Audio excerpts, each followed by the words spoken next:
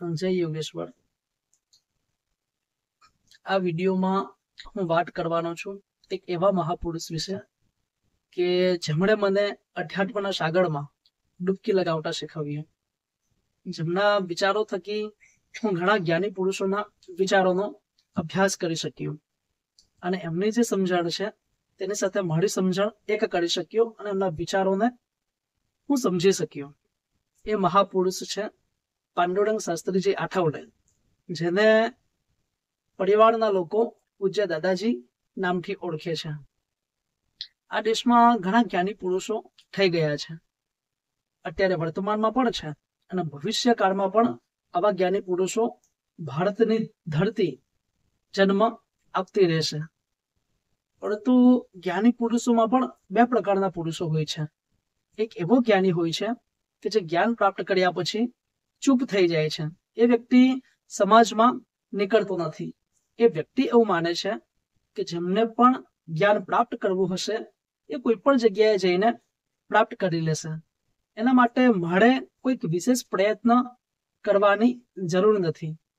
અને આ લોકો ચૂપ થઈ જાય છે અને પછી પોતાની જીવન લીલા છે અને સમાપ્ત કરે છે। હવે જે બીજા પ્રકારના લોકો હોય છે એ વ્યક્તિ એવું માને છે કે હું જો થોડો પ્રયાસ કરું, હું જો ફક્ત થોડો ઈશારો કરું તો વ્યક્તિને પોતાની ભીતર રહેલો જે અણમોલ ખજાનો છે એ પ્રાપ્ત થઈ શકે એમ છે। લોકો જ્યારે બહારની દુનિયામાં બહારની વ્યક્તિ અને વસ્તુ પાછળ જે દોડધામ કરે છે અને અંતે વ્યક્તિ હતાશા અને નિરાશાને જ પ્રાપ્ત કરે છે, આ જ્યારે જુએ છે ત્યારે આવો જે જ્ઞાની પુરુષ છે તેની ભીતર કરુણાનો જન્મ થાય છે અને એવું લાગે છે કે મારે આ લોકો માટે કંઈક કરવું જોઈએ। એટલે આ વ્યક્તિ એક આધ્યાત્મિક ચળવળ ચલાવે છે કે જેથી થોડા ઘણા લોકોને પણ વ્યક્તિ યોગ્ય રસ્તા ઉપર વાળી શકે। હવે આ લોકોમાં બહુ ઓછા એવા લોકો હોય છે કે જે લોકોને પચી શકે, લોકોને ગમી શકે એ રીતે પ્રેમથી સમજાવતા હોય, જે ખૂબ જ નીચેના સ્તર ઉપર આવીને વાતો કરતા હોય અને અધ્યાત્મને એક વ્યવહારુ માર્ગ બનાવી દેતા હોય છે। અને આ આવડત હતી પાંડુરંગ શાસ્ત્રી આઠવલે પૂજ્ય દાદાજીની અંદર। એમણે ખૂબ જ ટોચની જે વાતો છે એને ખૂબ જ રમતમાં ગણીને એક વ્યવહારુ બનાવી દીધી છે કે જેથી ગામડાનો સામાન્ય વ્યક્તિ પણ એમની જે હાઈ લેવલની વાતો છે, અધ્યાત્મની જે જીવ શિવની વાતો છે, જે અદ્વૈતની વાતો છે એને સમજી શકે અને પોતાના જીવનમાં એને આત્મસાત કરી શકે।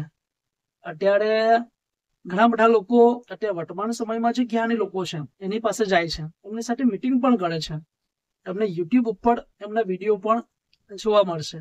હવે આ લોકો ત્યાં જઈને પ્રશ્ન એ કરે છે કે તમે જે જ્ઞાન પ્રાપ્ત કર્યું છે, તમને જે આત્મજ્ઞાન મળ્યું છે એ કઈ રીતે મળ્યું, એ અમારે પ્રાપ્ત કરવું હોય તો શું કરવું જોઈએ? તો જે જ્ઞાની વ્યક્તિ હોય છે એ ફક્ત એક જ જવાબ આપે છે કે તમારે કંઈ જ કરવાની જરૂર નથી, તમને પ્રાપ્ત થયેલું જ છે, ફક્ત જાણવાની જરૂર છે। હવે તમારે કંઈ જ નથી કરવાનું। આ જવાબ જ્યારે પેલા વ્યક્તિ સાંભળે છે ત્યારે વધારે કન્ફ્યુઝ થઈ જાય છે, કારણ કે સામાન્ય લોકોના મનને એક હેબિટ પડેલી હોય છે કે કંઈક કરીએ તો જ કંઈક પ્રાપ્ત થઈ શકે છે, પરંતુ આ કંઈક એવું છે કે જેના માટે કંઈ કરવાની જરૂર નથી। હવે જ્ઞાની વ્યક્તિ જે સ્થિતિ ઉપર છે એ સ્થિતિ ઉપરથી એનો જવાબ તો સાચો છે કે પોતાના જો જાણવું હોય, સ્વયંને જો જાણવું હોય તો કંઈ જ કરવાની જરૂર નથી, જે કંઈ ભણેલું છે એને તો ખાલી કરવું પડશે। પરંતુ સામાન્ય વ્યક્તિ એ સમજી શકતો નથી, સામાન્ય વ્યક્તિને તો કંઈક કરવાનું જોઈએ છે, પરંતુ મોટા મોટા જ્ઞાનીઓ પણ માણસની જે આ સાયકોલોજી છે એને સમજી શકતો નથી। વ્યક્તિને કંઈક કરવાનું આપવું જોઈએ, પરંતુ લોકો આપી શકતા નથી, કારણ કે એ એવું માને છે કે મેં જે પ્રાપ્ત કર્યું છે એના માટે મેં કંઈ જ નથી કર્યું। મેં જ્યારે જાણ્યું ત્યારે ખબર પડી કે કંઈ જ કરવાની જરૂર નથી, પરંતુ આ જવાબથી સામાન્ય લોકો વધારે મૂંઝવણમાં મુકાઈ જાય છે। આવા લોકોને તો કંઈક રસ્તો આપવો પડશે, પરંતુ જ્ઞાની લોકો પણ આવો રસ્તો આપી શકતા નથી। પરંતુ પાંડુરંગ શાસ્ત્રી આઠવલે પૂજ્ય દાદાજીએ ખૂબ જ સરસ મજાની સાધના આપી છે। એમની જે સાધના છે એ અણમોલ છે।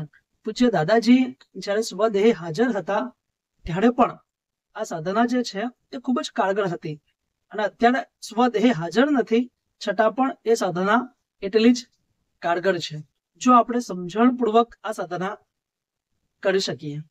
તો દાદાજી એવું કહે છે કે આપણું જીવન પણ એક નૌકા જેવું છે અને આ નૌકામાં સવાર થઈને આપણે આપણા ગંતવ્ય સ્થાન સુધી પહોંચવાનું છે.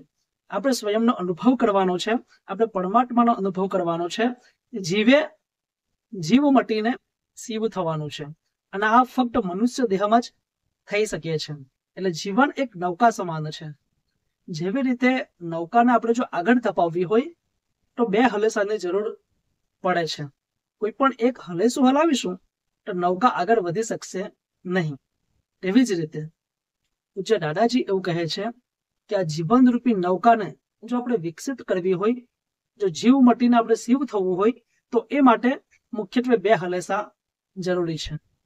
એમાં પહેલું હલેસું છે ભાવ ભક્તિ. આ ભાવ ભક્તિ નામનું હલેસું આપણે હલાવવાનું છે. હવે ભાવ ભક્તિમાં શું કરવાનું છે તો દાદાજી એવું કહે છે કે તમને મનપસંદ એવી કોઈ પણ ભગવાનની મૂર્તિ લઈ લો અને પછી એની પૂજા કરો, દીવો અગરબત્તી કરો અને પછી એ મૂર્તિની સામે તમે બેસી જાઓ. 5-7 મિનિટ સુધી એ મૂર્તિને એક ધારી નજરે જુઓ અને પછી આંખ બંધ કરીને એ જે મૂર્તિ છે જેને તમે નિહાળી રહ્યા છો તેના આજ્ઞા ચક્ર ઉપર લાવો. એનું જે રૂપ છે એ તમારા મસ્તિષ્ક ઉપર આવવું જોઈએ અને પછી તમે એમાં એકાગ્ર થાઓ. અને આ રીતે એકાગ્ર થતા થતા આ એકાગ્રતા છે, આ જે ચિત્તની એકાગ્રતા છે એ 1 કલાક સુધી જવી જોઈએ. અને જો 1 કલાક સુધી આ મૂર્તિ સ્થિર રહી શકે અને પછીનો જે અનુભવ છે એ વર્ણાતીત અનુભવ છે, એ શબ્દાતીત અનુભવ છે કે જેનું આપણે વર્ણન કરી શકીએ નહીં. હવે ઘણા બધા લોકો આ સાંભળીને પ્રયત્ન તો કરતા હશે, કારણ કે દાદાજી પણ એવું કહે છે કે જો ચિત્ત એકાગ્ર ના થતું હોય તો બીજું બધું ગમે તેટલું કરીએ તો એનો કોઈ જ અર્થ નથી. એટલે જે અભ્યાસુ લોકો છે, જે દાદાજીની સાથે રહ્યા છે, દાદાજીના વિચારોને સમજ્યા છે, એમણે આ કરવાનો પણ પ્રયાસ કર્યો હશે. અને ઘણા જે મેડિટેશનના પ્રયોગો કરે છે તેમાં આને ત્રાટક કહેવામાં આવે છે. અને ઘણા બીજા બધા હઠયોગના પ્રયોગો પણ છે. એ લોકો પણ આ પ્રયોગ તો કરે છે, પરંતુ આમાં સફળતા મળતી નથી. કારણ કે આપણે જો નૌકામાં બેઠા હોઈએ અને ફક્ત એક જ હલેસું ચલાવીએ તો નૌકા આગળ વધી શકતી નથી. એના માટે બીજું હલેસું ચલાવવાની જરૂર છે. તો દાદાજી એવું કહે છે કે ફક્ત આટલું કરવાથી ચાલશે નહીં. તમારી ચિત્તની એકાગ્રતા ત્યારે જ વધશે જ્યારે તમે બીજું હલેસું ચલાવશો. અને આ બીજા હલેસાનું નામ છે કૃતિ ભક્તિ. કૃતિ ભક્તિ એટલે કંઈક એવું કામ કરવાનું કે જેમાં આપણો કોઈ પણ સ્વાર્થ ના હોય. એ કૃતિ થકી આપણને પૈસા ના મળતા હોય, ન સત્તા મળતી હોય, ન પ્રતિષ્ઠા મળતી હોય. આપણને કંઈ જ નથી મળવાનું, છતાં પણ કોઈ કામ કરવાનું છે. આનું જ નામ છે પ્રભુ કાર્ય. તો કામમાં આપણે શું કરીશું? તો દાદાજી એવું કહે છે કોઈકને રોટલી આપીશું, કોઈકને કપડાં આપીશું, કોઈકને મકાન આપીશું. તો આ જે જરૂરિયાત છે, આ જે લોકોની ભૂખ છે એ પાછી આવતીકાલે ફરીથી ઊભી થવાની છે. એટલે આપ તો આપવું જોઈએ, ના નથી, પરંતુ વ્યક્તિને કંઈક એવું આપવું જોઈએ કે જેથી વ્યક્તિ સ્વયંના પગ ઉપર ઉભો રહી શકે અને આ બધું જ મેળવી શકે અને વ્યક્તિ જીવ મટીને શિવ થઈ શકે.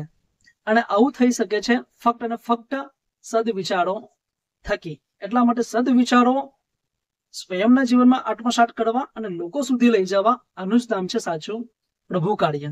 એટલે આવું કોઈ કામ કરવાનું છે અને એમાં કોઈ પણ જાતનો સ્વાર્થ રાખવાનો નથી. તો કોઈ પણ જાતનો સ્વાર્થ જ ના હોય તો પછી કાર્ય કઈ રીતે થાય? તો દાદા એવું કહે છે કે સ્વાર્થ તો રહેશે જ, પરંતુ એ શરૂઆતમાં સૂક્ષ્મ રહેશે. કોઈ પણ આવી કૃતિ કરીએ તો દાદા એવું કહે છે કે તમે જ્યારે કૃતિ ભક્તિનું હલેસું હલાવતા હોય તો માઇન્ડમાં ફક્ત એક જ સ્વાર્થ રાખો કે ભગવાન, મારે તને ગમતા થવું છે, મારે મારા જીવનને વિકસિત કરવું છે. અને જો તમે આ કાર્ય કરી શકો તો સમજી લેજો કે તમારી જે જીવનની નૌકા છે એ ધીરે ધીરે આગળ વધવા લાગશે.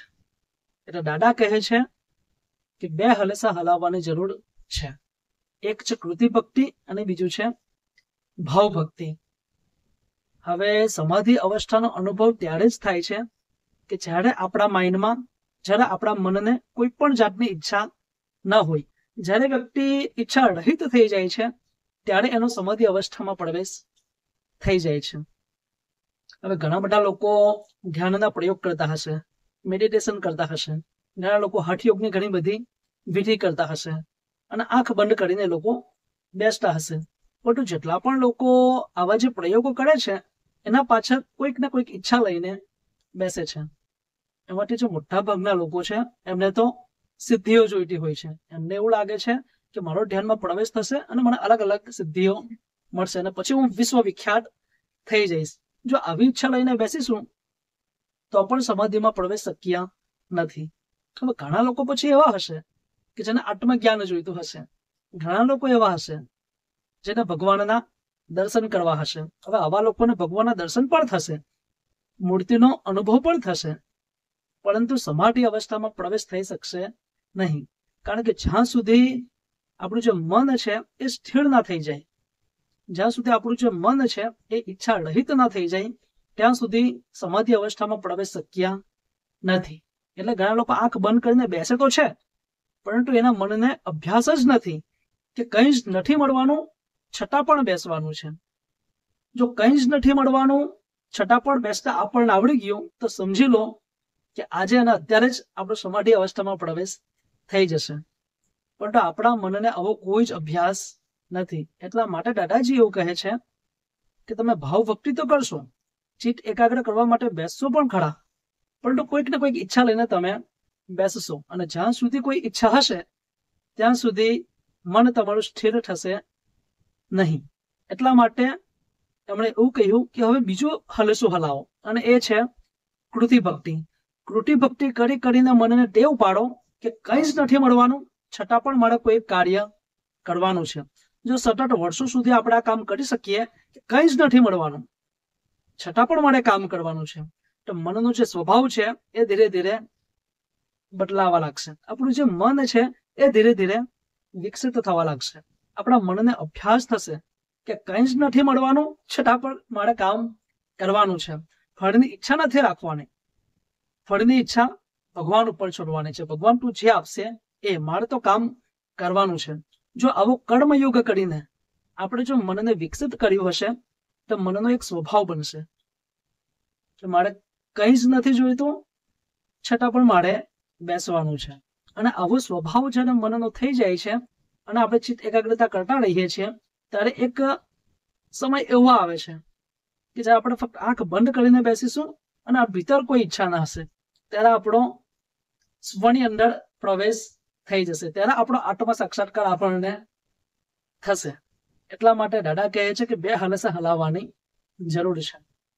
હવે ઘણા બધા પરિવારના ભાઈઓ હશે કે જેમણે 70, 80 વર્ષ સુધી સખત સ્વાધ્યાય કર્યો હશે, છતાં પણ એમને અંદરથી એવું લાગતું હશે કે આપણા જે જ્ઞાની લોકો કહે છે, ઘણા બીજા બધા જ્ઞાનીઓ પણ કહે છે, આપણા શાસ્ત્રોમાં જે વર્ણન છે એ આત્માનંદનો અનુભવ હજી મને થયો નથી. એ કેમ નથી થયો? તો આવા લોકોએ શાંતિથી ઘરમાં કોઈ ખૂણો હોય ત્યાં એકાંતમાં બેસવાની જરૂર છે અને પ્રામાણિકતાથી વિચાર કરવો જોઈએ કે દાદાજીએ કહ્યું હતું બે હલેસા હલાવવાની જરૂર છે. એક છે ભાવ ભક્તિ અને બીજું છે કૃતિ ભક્તિ. હવે ઘણા લોકોએ દોડધામ ઘણી કરી છે, ઘણા લોકોએ કૃતિ ભક્તિ ઘણી કરી છે, પરંતુ આ લોકો શાંતિથી બેસી શક્યા નથી. એટલે પ્રામાણિકતાથી વિચાર કરીશું તો સમજાશે કે પાંડુરંગ શાસ્ત્રી આઠવલે પૂજ્ય દાદાજીએ તો અણમોલ સાધના આપી છે. એમણે જે સાધના આપી છે એના થકી તો સમાધિ અવસ્થામાં પ્રવેશ સરળતાથી થઈ શકે એમ છે, પરંતુ ભૂલ કંઈક આપણી જ થઈ ગઈ છે. આપણે બંનેમાંથી કોઈ પણ એક હલેસું હલાવવાનું ભૂલી ગયા છે. કાં તો આપણે આંખ બંધ કરીને બેઠા હોઈશું, કાં તો પછી આપણે કેવળ દોડધામ કરી હશે. પરંતુ જે વ્યક્તિએ બંને હલેસા ચલાવ્યા હશે એ વ્યક્તિને ભીતરનો જે આનંદ છે એનો અનુભવ થયો હશે. અને જે વ્યક્તિ આ બંને હલેસા ચલાવ્યા હશે એને જ ખરો સ્વાધ્યાયી કહેવાય. એટલા માટે સ્વાધ્યાયમાં આપણે બે હલેસા હલાવવાની જરૂર છે. દાદાજી સ્વદેહે હાજર નથી છતાં પણ જે વ્યક્તિ પ્રામાણિકતાથી આ બે હલેસાને હલાવી શક્યો એ વ્યક્તિ પોતાના ગંતવ્ય સ્થાન સુધી પહોંચી શકશે. એ વ્યક્તિ જીવ મટીને શિવ થઈ શકશે. અસ્તુ.